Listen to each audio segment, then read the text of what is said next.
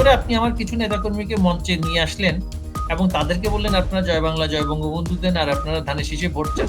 আওয়ামী লীগকে ছাড়া একটা গ্রুপকে আমরা সেপারেট করে ফেলি।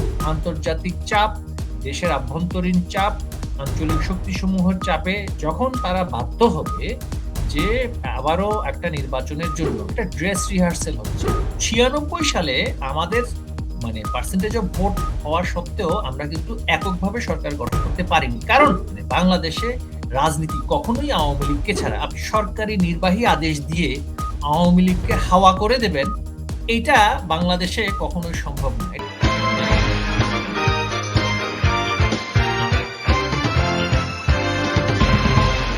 আপনি বলছেন আপনার দলের নেতাকর্মীরা দরকার হলে ভোট নষ্ট করবে, ভোট কেন্দ্রে যাবে না, অথবা না ভোট দিবে, অথবা কেটে ফেলবে, যেগুলো আমরা সামাজিক যোগাযোগ মাধ্যমে ইতিমধ্যে দেখছি। তাহলে আপনার দলের একজন একাধিক নেতাকর্মীরা উঠান বৈঠকে বরিশালে সেটা আমরা দেখেছি, সেখানে গিয়ে ধানের শীষে ভোট চেয়েছেন। এর অর্থ কি? এটা হচ্ছে মাদারীপুরে জয় বাংলা বলেছে, মাদারীপুরে জয় বাংলা জয় বঙ্গবন্ধু স্লোগান দিয়েছে, ধানের শীষে ভোট চেয়েছে আওয়ামী লীগ নেতারা।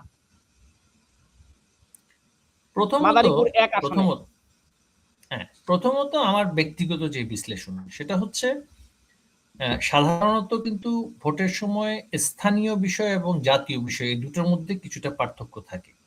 স্থানীয় পর্যায়ে সেখানকার মানুষ যাকে মোস্ট অ্যাপ্রোচেবল মনে করে, ন্যাশনাল ইস্যু যাই হোক না কেন, এবং যার কাছে মানুষ সবচেয়ে সেফ মনে করবে, সে যেই মার্কাতেই থাকুক না কেন, সেখানে কিছুটা সমর্থন মানুষ সেখানে তাদের জন্য জাগ্রত হয়, সমর্থনটা সেটা তৈরি হয়।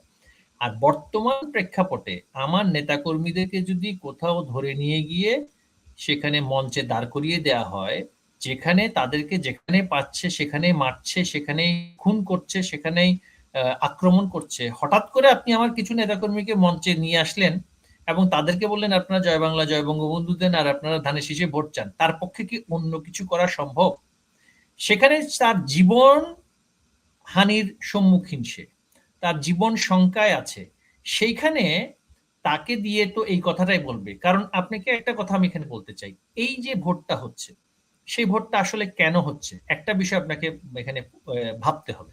এটা আমার ব্যক্তিগত বিশ্লেষণ। সেটা হচ্ছে এদের একটা অ্যাসেসমেন্ট প্রয়োজন, বাংলাদেশে আওয়ামী লীগ বিরোধী ভোটার বা আওয়ামী লীগ বিরোধী শক্তির কি পরিমাণ রাজনৈতিক সক্ষমতা সেটা একটা যাচাই করবে।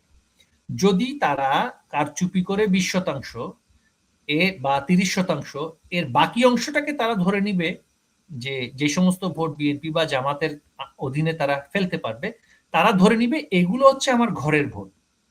কারণ সামনে কিন্তু আরেকটা নির্বাচন তাদেরকে করতে হবে, সেই নির্বাচনে এদের একটা অ্যালায়েন্স যেভাবে করে 4 দলীয় ঐক্যজোটের সময় হয়েছে একইভাবে অ্যালায়েন্সেই হবে।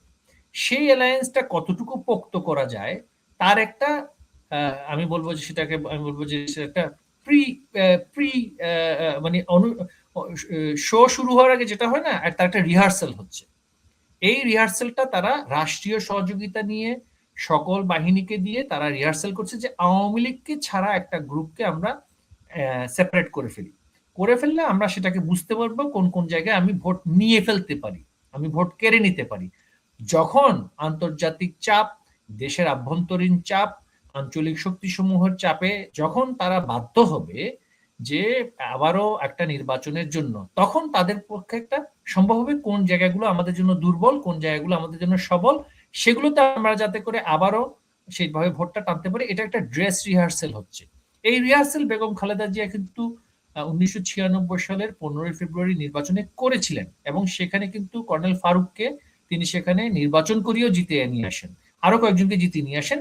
ওইটা একটা ড্রেস রিহার্সেল, কোনগুলো তাদের স্ট্রং হোল্ড, এবং সেই স্ট্রং হোল্ডের নির্বাচনে তাদের একটা যেহেতু তার পরবর্তী 2 মাসে যে নির্বাচনটা হয় জুন, সেই নির্বাচনে ব্যাপক আমাদের পক্ষে সমর্থন থাকা সত্ত্বেও দেখবেন আমরা কিন্তু শতভাগ এককভাবে 151টা সিট পাইনি। আমরা পার্সেন্টেজ অফ ভোট কিন্তু বিএনপি চাইতে বেশি পেয়েও, এবং আমাদের 2001 সালে আমরা বিএনপির সমান সমান এবং 1% বেশি ভোট, কিন্তু জামাতের ভোটটা তারা একত্রিত করার পরে 2/3 মেজরিটি তারা নিয়ে নিল এবং আমরা শুধুমাত্র 7টা সিট পেলাম। কিন্তু আমরা কিন্তু বিএনপি সমান সমানই ভোট পেয়েছি, 1% আরো বেশি পেয়েছি।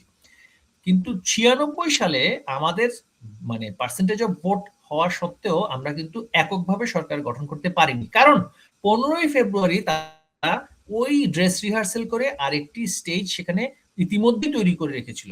এটা তারা খুব ভালো করে জানে। বাংলাদেশে রাজনীতি কখনোই আওয়ামী লীগকে ছাড়া, আপনি দেখবেন যে বিবিসির যে সাবেক প্রধান ছিলেন বাংলা বিভাগের সাব্বির মুস্তফা, তিনি একটা কথা পরিষ্কার করে কয়েকদিন আগে চ্যানেল আই একটা আলোচনায়, তিনি চ্যানেল আইতে না একটা আলোচনায় বলছিলেন যে একটা সরকারি নির্বাহী আদেশ দিয়ে আওয়ামী লীগকে হাওয়া করে দেবেন, এটা বাংলাদেশে কখনোই সম্ভব না, এটা সম্ভব না। আওয়ামী লীগের শিকড় অনেক গভীরে। আওয়ামী লীগ যেখানেই আওয়ামী লীগের একটা কর্মীর রক্ত, যেখানে এক বিন্দু রক্ত পড়বে, সেখানে আওয়ামী লীগের আবারও পুনরায় পুনরুত্থান হবে। এটা হচ্ছে আওয়ামী লীগ। তো সুতরাং এরা খুব ভালো করেই জানে তাদেরকে এই দুই ভাই মিলে আবারও তাদেরকে নির্বাচন করতে হবে, তার ড্রেস রিহার্সেলটা তারা এখন করছে।